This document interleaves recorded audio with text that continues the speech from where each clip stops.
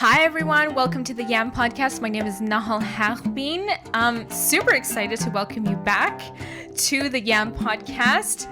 In today's episode, I am interviewing my aunt, my Zandai. For those of you who don't know what the word Zandai means, it means the wife of your maternal brother, like uncle, basically, maternal uncle.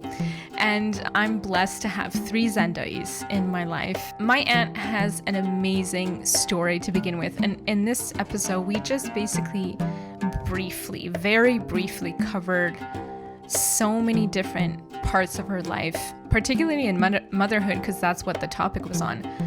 But her life is so rich and I would say fulfilling, but just fulfilled. Like, she's like there. She's like at the golden ages where she gets to like just focus on her grandchildren and just living life really in Vancouver, BC. So for anyone who lives in Vancouver, do leave a shout out for her in the comments below in the blog. I think she would love that. And if anyone actually would like to seek her help in terms of like therapy, like I highly recommend it. She's amazing. I talk to her all the time. So yeah, let's just get into the episode and hear what she's all about.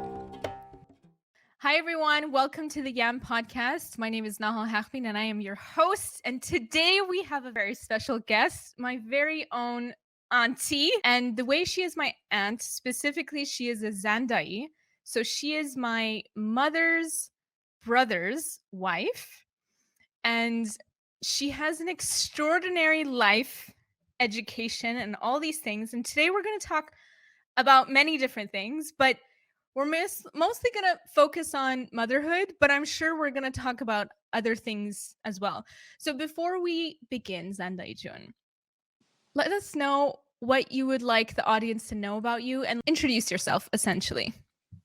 All right, my name is Nahal, and I was born in Iran, and I lived in Iran for, I think, about 25 years of my life, and then left Iran to continue my education, hoping to go back and work in Iran, but the circumstances changed and the regime in Iran changed, and our parents told us that it is not safe for us to go back to Iran.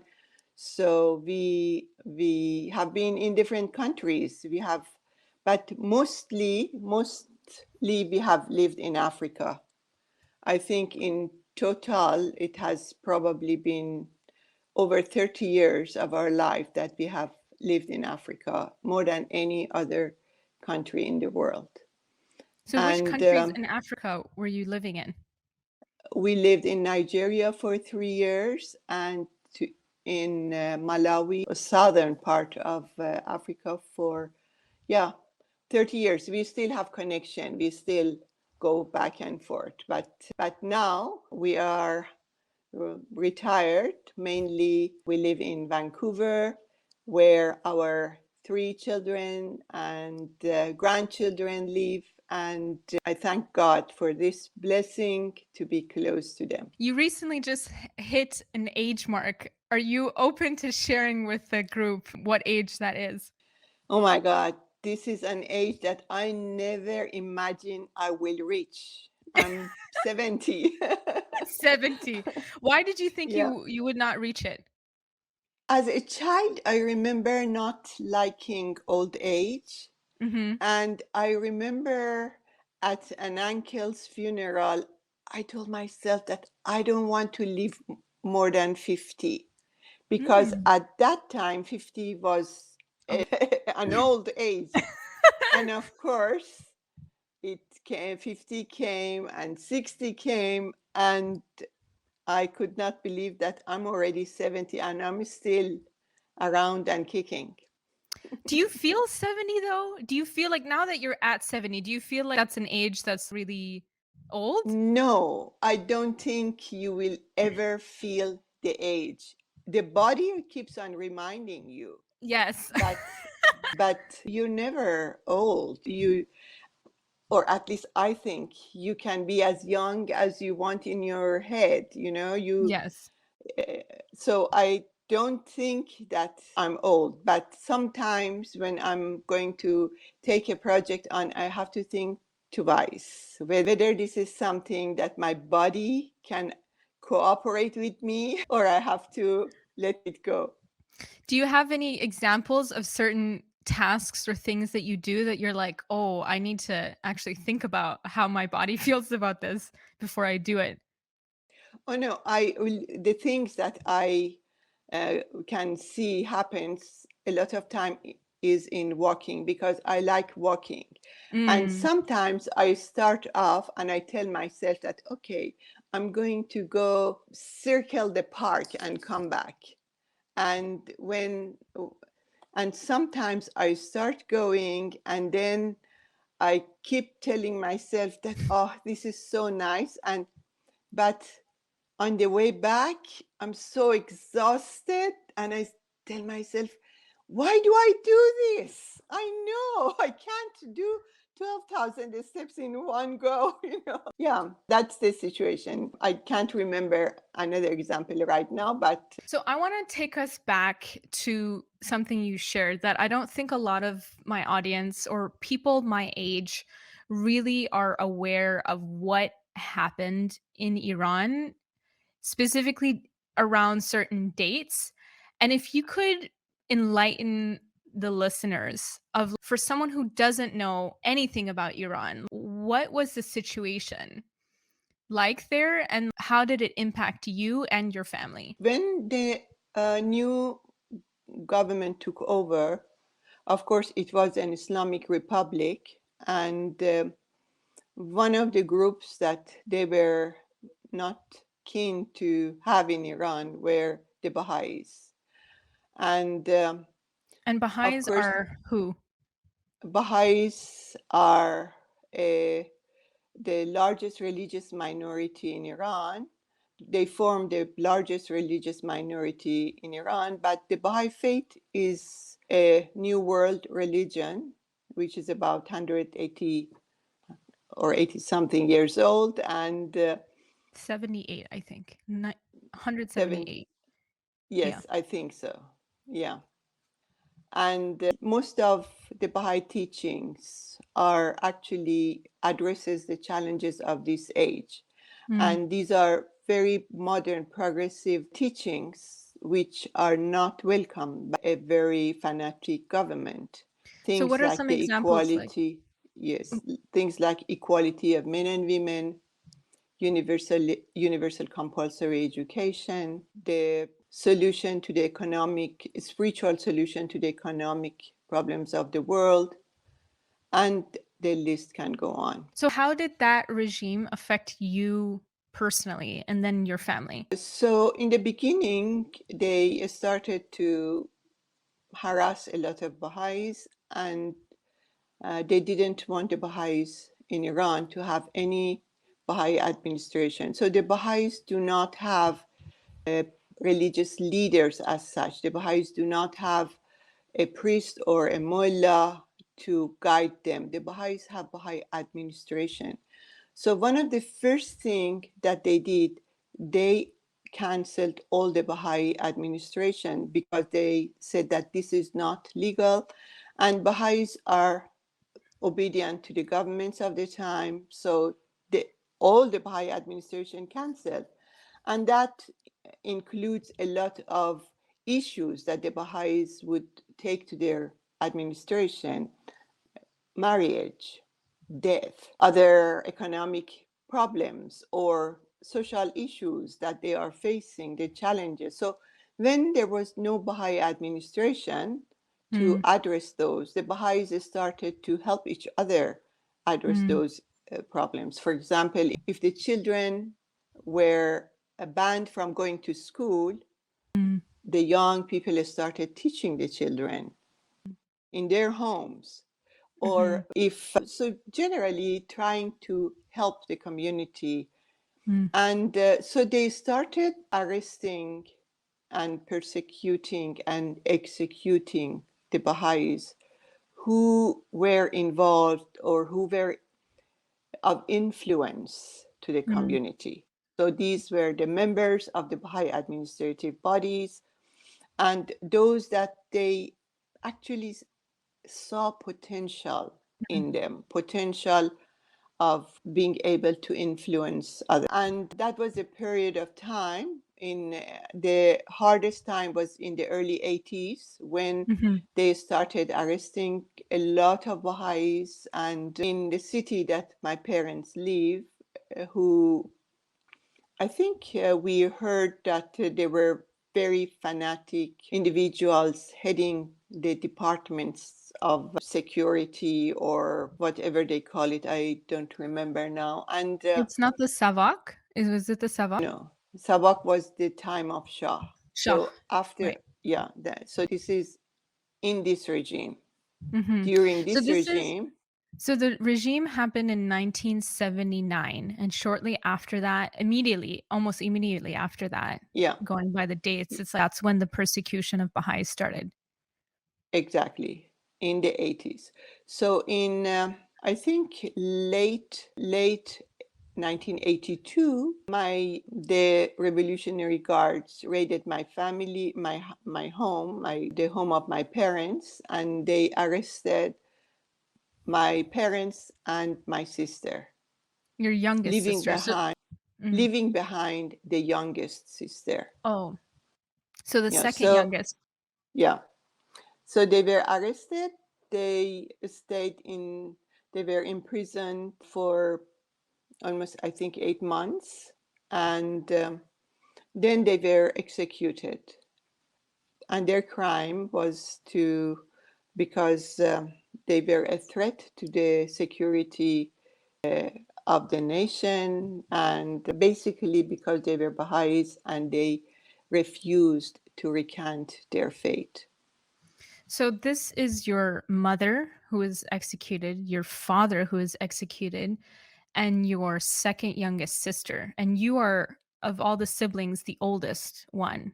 Then you have No, no? I have an older brother and I have a younger brother. And And at then the time that this happened, I was a 32-year-old young mother. mhm. And in fact, when I was pregnant with our second born, that was the time that they were arrested and they were in prison. Oh wow. And that is how we named our daughter. Named Her name means wish, Wish. and that Ours was a wish mm, that we had, that they would be released. I didn't know And that. in fact, one of the things that since the subject is motherhood, I Mhm. do remember that when I did hear about what has happened, and of Mm. course, I just all of a sudden, I became physically so sick. And yet I was breastfeeding, Mm. and our daughter was, I think at the time, 5 months old, yeah, or 6 months old. And I kept thinking that, oh my God, what is this? Is she breastfeeding on a poisonous milk? Yeah. That's crazy. Yeah. But did your milk not like I would imagine a traumatic event like that with losing both your parents and your younger sister, that would stop the milk right there. Cut it dry. That's what the Uh, biology usually does with trauma like that. yes. The only thing is that the mothers are incredible in saving the children, Mhm. and in that they are Sec programmed for that. And Mhm. at that time, in we were in Nigeria, and there Mm. was an issue with formula, or it wasn't readily available, and for Mm. a little baby, Mm. I you don't want to just take the risk of finding whatever you find in the Yes. market. So Exactly. it was a difficult situation as well, to think that, okay, what are my choices? I really have to just get it together and see how we can move. I know that we started solid food earlier than we thought. That was Mhm. one of the reasons to supplement.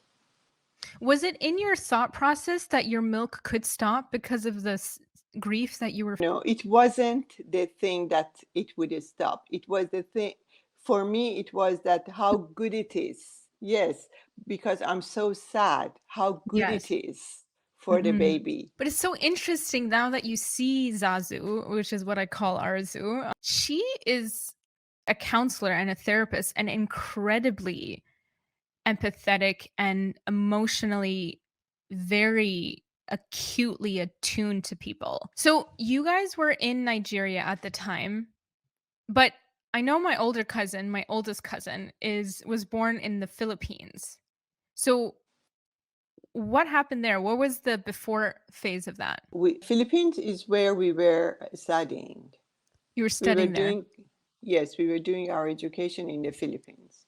And that And then is where, yeah, our firstborn was born there. And then after that, we moved to Nigeria, which was the very few countries we could get a visa to because we were carrying Iranian passports. And then after that, I think after a few years in Nigeria, the political situation of the country wasn't stable, and our Iranian passports were not being renewed. So we were stateless, and that is when we found opportunity for the Baha'is who wanted to immigrate to Canada or Australia, and we chose to immigrate to Canada. And so we stayed in Canada for a few years, and we became Canadian citizens. And it was after that that we, having lived in third world countries, we felt that you could do a lot more in a third world country or in a developing country than you could in a country like Canada, where you really have to struggle, especially when your degree is not from here. So we decided that we wanted to move to a country where we can be of more service. And while looking for various options, there were opportunities in Malawi that opened up, and we moved there. So in Nigeria, what were you guys doing? Were you working there? Yes, I was teaching in a college of education, and my husband was working as a dentist in the government hospital. So he was working as a dentist in Nigeria. Yes. Interesting. Okay. So Malawi is the longest time in portion of Africa that I know you to be a part of. That's where I would go and visit you guys when we were younger. The first time was in 1995, where actually my grandmother, my uncle's mother, and my mom's mother is buried in Malawi, which is a huge sense of pride for me as a Persian girl to know that my grandmother is buried in African soil. That to me just blows my mind. So that makes me really happy. So tell us more about Malawi. What was it like living in Malawi, mothering in Malawi? So in Nigeria, you had two children already, and then you guys went to Malawi. And you were Then, working on after Nigeria, we came to, Canada. That's right. yes, That's yeah, where the kids got older. And how yeah. old were they when you guys moved to Malawi? I think they were 6 and 10 or 7 and 11. Yeah. Wow. Yes, Malawi is a beautiful country. From a geographical side of it, it is such a beautiful country. It is green, and it is like a tropical country, and yet it has the mildest climate Mm, that it never gets really hot, mm, and it never gets that cold. So mm, very mild climate. Sometimes you forget that years are passing by, unlike countries where there are four seasons and you seasons. know that it is there. It is almost all the time green and beautiful, and people very friendly and very Mhm. warm. So I think it was really pleasant. I think we had a lot of wonderful memories from Malawi. And well, children luckily were in an international school, Mm-hmm. and they had the opportunity to get to become familiar with friends whose background was from all over the world. So they Mm-hmm. have friends that were American, Korean, British, German, and gave them I think it gave them a sense of world citizenship, because they knew different cultures. They knew that they had friends in all corners of the world. So it was good, and it was quite a well protected community, in the sense that since there wasn't a lot of entertainment opportunities for the Mm-hmm. kids to enjoy, most of these entertainments were happening in the homes. In the Mm-hmm. homes, the pool parties for the kids, and playing games. And so there was a lot of really opportunities for them to interact with their friends in the safety of homes, which was, Mm-hmm. I think, an ideal for parents, where they know that really a lot of problems that many mothers may have about Mm-hmm. kids bullying other kids, or influencing them in negatively, or doing things that were not safe for them. These were taken care. Of course, having said that, that is how we felt. I'm Mm-hmm. not sure if the Mm-hmm. kids may come up and say, "Oh no, we did this," or we did. At Knowing least your as kids, they probably would. at least as parents, I think Yeah, that we knew that it is not going to be. They won't get into too much really trouble. a serious trouble. Yeah. Yeah. So what was it like you as a mother being in on African soil with your children? What, did you have support like other mothers? Did you have like a nanny? We could have a nanny, but we didn't. Mhm. The kids were at an age where they didn't need a nanny, and even when we had last born in Malawi, uh, there wasn't any need for a nanny. But of course, the great thing about a lot of developing countries is that there is manpower to help you out. So there is Mhm. a you can have a housekeeper. This is a possibility to help you with the house chores, and to help you with cooking and cleaning. And also, I think that always I had felt that I have to be available for the kids. So a lot of time I would juggle my time so that I'm available. I'm able to drive them to school, or drive them to this course, or that pick them up at school from odd times, one at 2, one at 4. But that was part of something that I would enjoy to do, Mhm. even though there were possibility of having a driver to do that. But Mm. I wanted to do it myself, and Mm. I always gave that a priority. Mm. And usually when I didn't have a full-time job as such. So in the beginning, I was teaching a number of part-time at a college of nursing.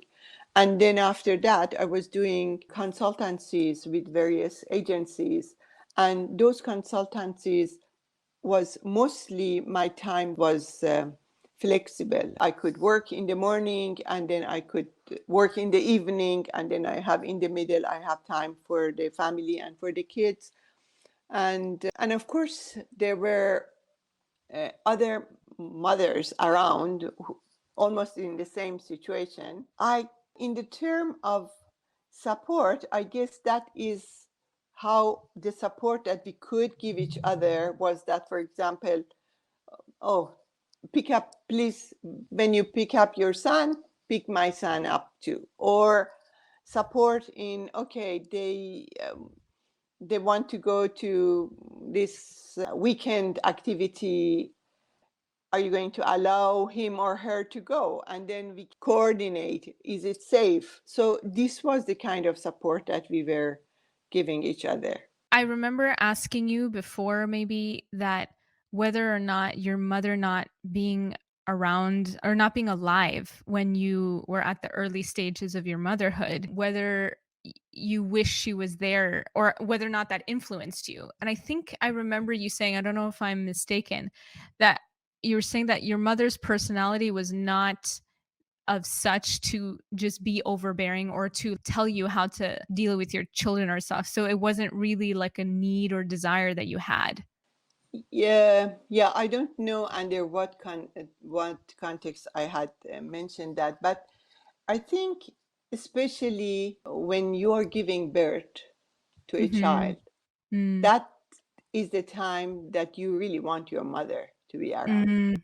That is definitely, in any case, you want, because there is no one that you could be as comfortable Mm. dealing with your own physical and emotional issues Mm. while taking care of a little baby with, when you have never done anything like this. So definitely Mm. for the first born, definitely this is a great missing. You miss the opportunity that your mom was not around.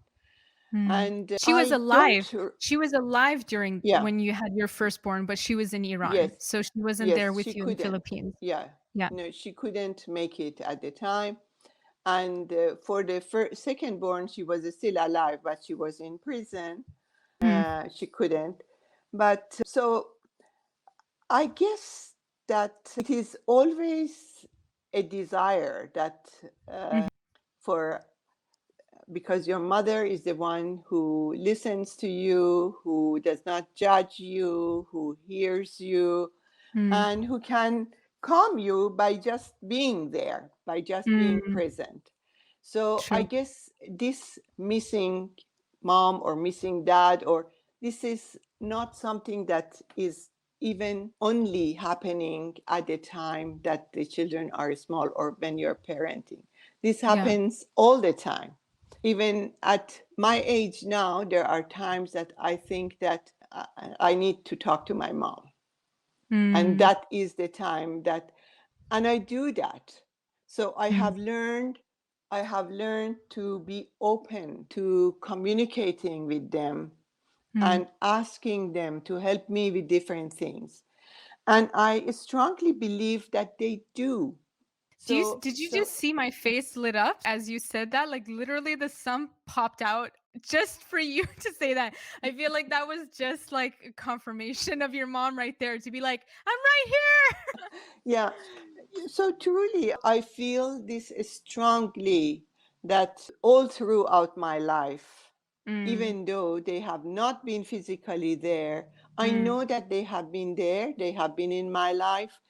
I know that they have helped in many situations. The help has been miraculous, that there is no other explanation. Can you share some experiences that you've had of that? And I know you've had some amazing dreams as well of them. And I don't know if you would be willing to share some of them. Yeah, one of them, which was to me a kind of an eye opener for me to what am I thinking, is that I was dreaming that the mother of your other Zandai, who had passed away, had come to visit her daughter. Who's the mother? Mahnaz's mom? Yes, yeah. Okay. So in my dream, she had come to visit her daughter, and I went to Mm. her and I said, "Oh, you're here to visit your daughter. How wonderful. Why my parents are not visiting me?" And she said, Mm. "Oh, you want to talk to them?" And I said, "Yes, of course." And then she had something like a remote control, and ding, ding, ding. And my parents and my sister, they all three of them appeared. Oh, wow. And then I went and hugged them, and my mom said that, did you need us for something? Did you want us? Did you? And I said, yes, I miss you. I want to be with you. Yeah. And my mom looked at me surprised that, we are always with you. Don't you feel us? We are always with you. Yeah. And it was such a confirmation of this thought that, oh, yes, they are always with me. And then I remember that after this dream, I started thinking about my life. And I started to remembering the times that I was hoping for them to be helping me, and things work out well. And then I knew that, yes, that They is were it. they were there. They have been there and they are with me. I know it. And I do, anytime that I feel that I miss them, I talk to them. In my meditation, in my prayers, I talk to them.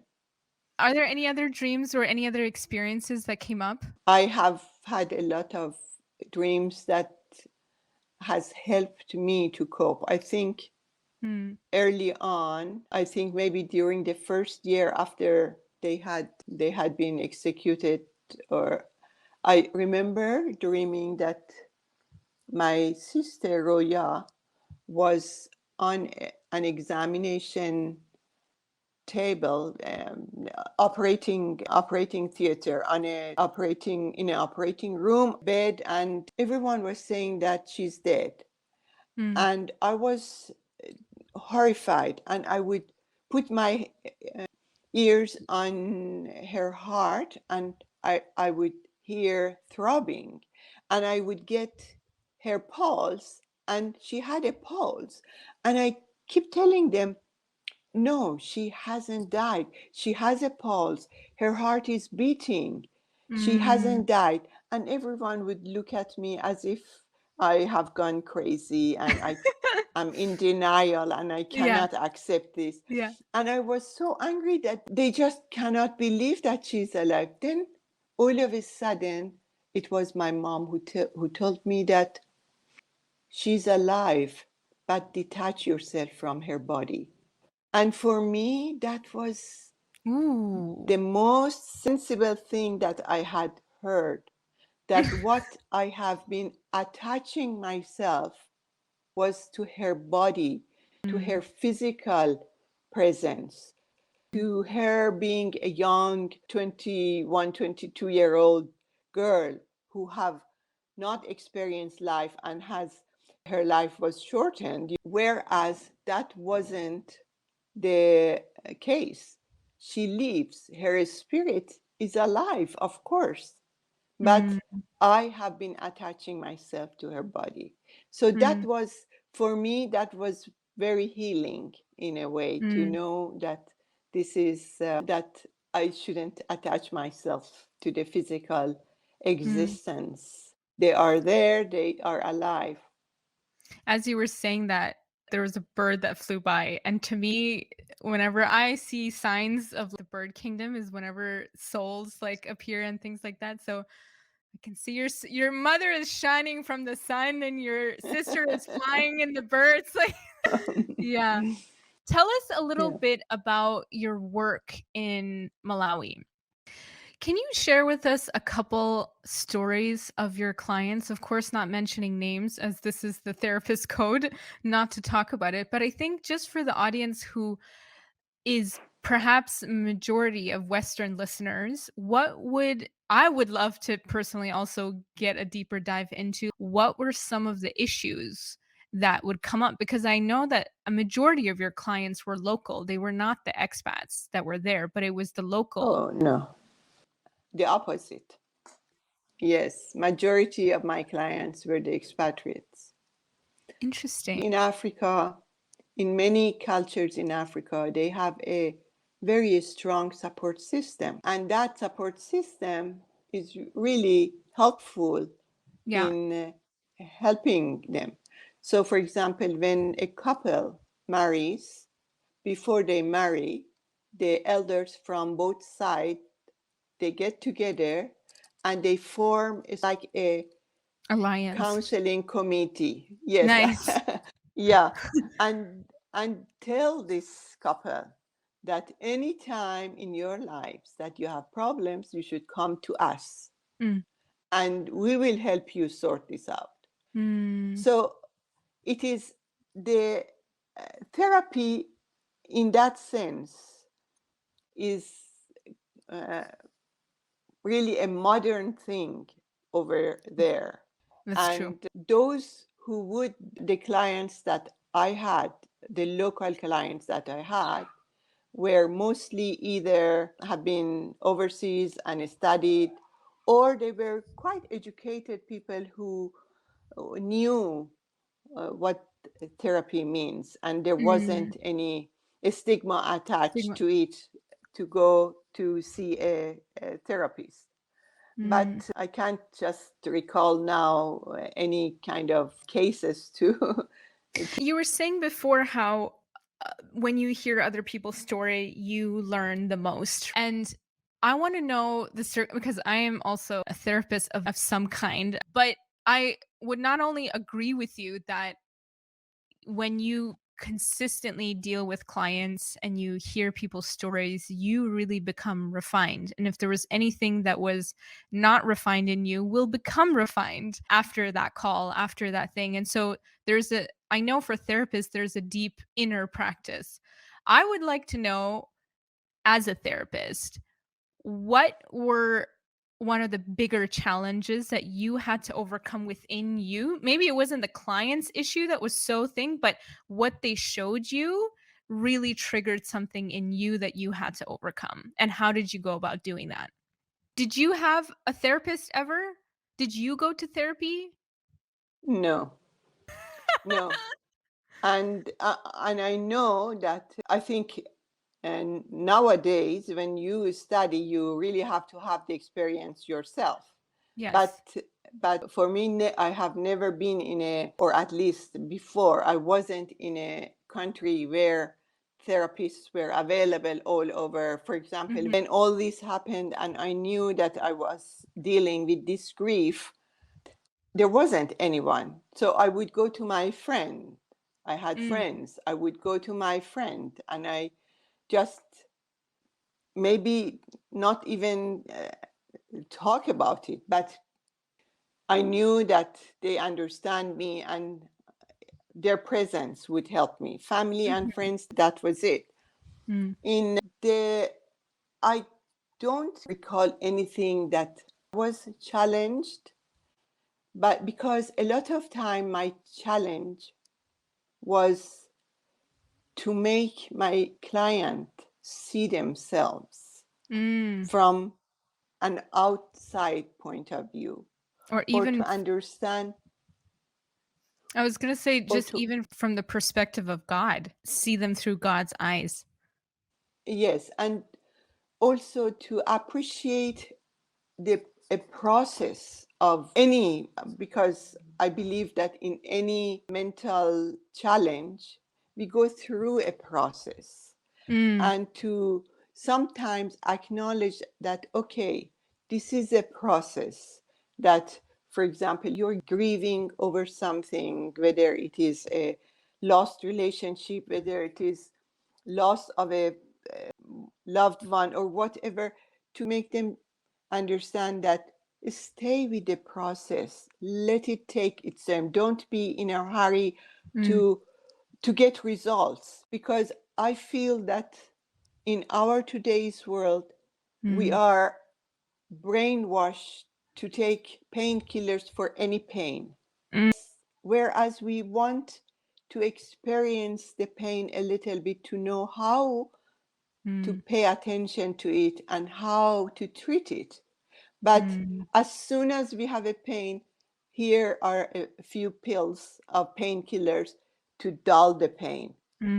And I know that a lot of issues that today's society is dealing with, as far as drugs, alcohol is concerned, is goes back to that we want to feel good instantly right away. We don't want to stay with a pain, and we don't want to deal with it. So I think that has been a challenge. And so for me, that was something that I learned to try to reflect on it. I learned from my clients that How to be with pain. how to we to yes how to stay with pain, to reflect on it, and to see what is the best treatment for that kind of pain. Do I need to go for a meditative walk? Do I need to say to sit and say prayers? What is it that helped me? Or should I just sleep on it and hope that the next day I'm going to feel better? So these are some of the things that I have learned. Also, it is always human relations. It is always complicated, and sometimes, and as a therapist, I know that I should have been detached from feelings about my clients' problems. Sometimes I couldn't shake that off. So I'm not either. I can't either. yeah. I will cry with them if they cry. Yeah, I remember that, for example, I would usually my sessions were 45 minutes to an hour, because more than that, I believe it can be overwhelming for a client and for myself as well.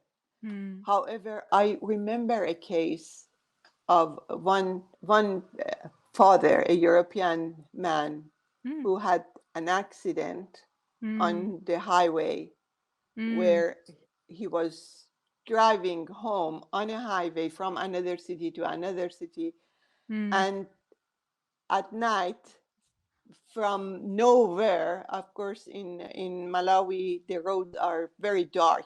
All you have is your high beam, and a child jumps in front of the car, wanting to go from one side of the road to the other one. And of course, so this was an 8-year-old child, and this man was someone who did not believe in God and or in the next world, and had the hardest time of his life. And he was feeling so bad, even cuddling his own 8-year-old, because he felt so guilty. And I remember that we were sitting and talking Wait, about it one for second. So did he hit the 8-year-old child and kill them? Is that what happened? Am I understanding the story correctly? yes, Okay. yes.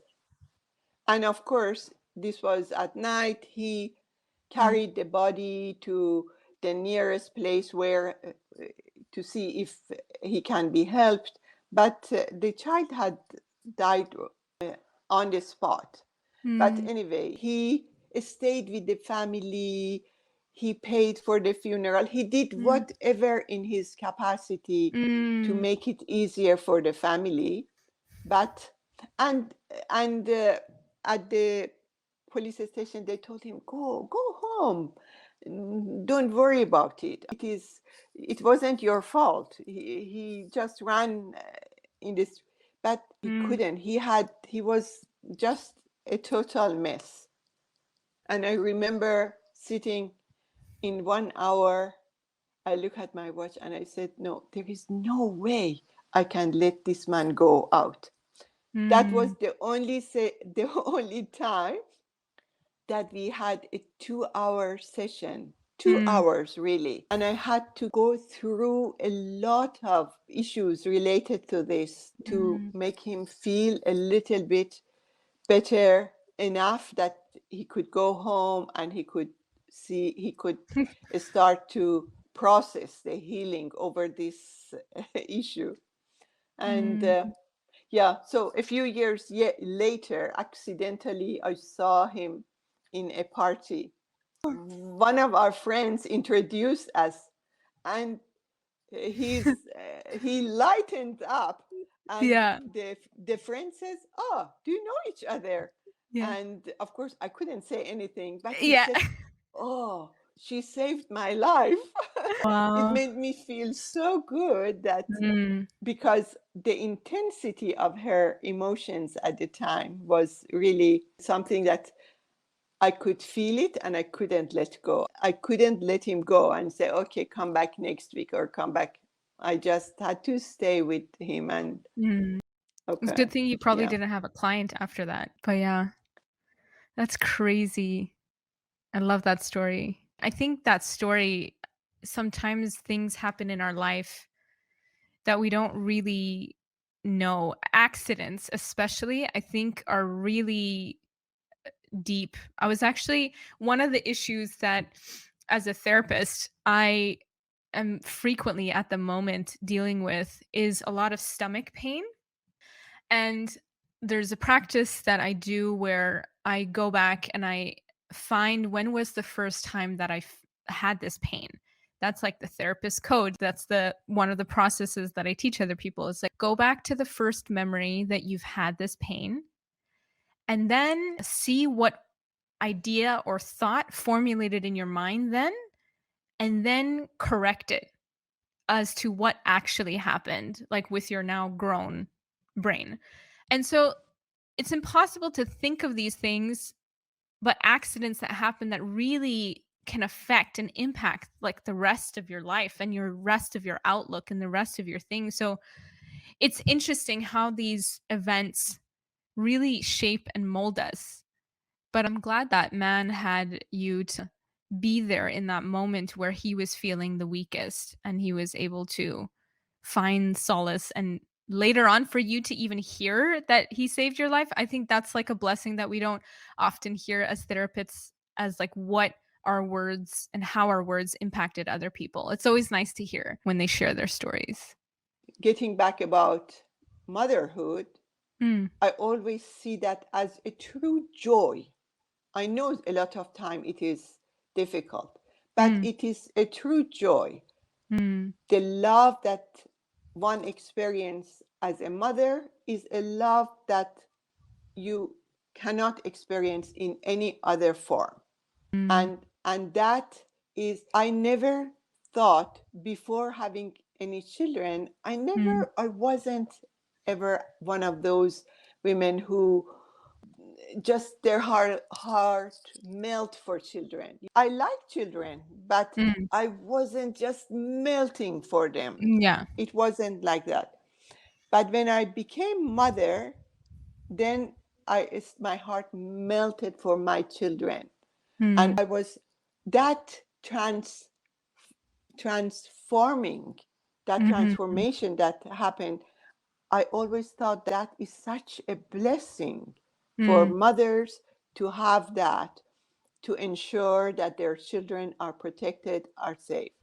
mm, And I know that as mother in this nest of relationships, we all are bound to make mistakes. mm, And that is all human.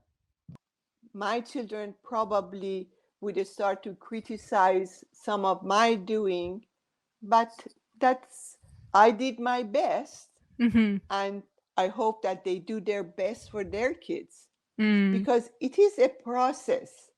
And mhm, your mom did her best. Now mhm. maybe her best was not conducive to driving, Yeah, but that was the best that she could she do did. at the Absolutely. time. So to if I want to lament over my doing and focus Mm, on that, there is no benefit from it.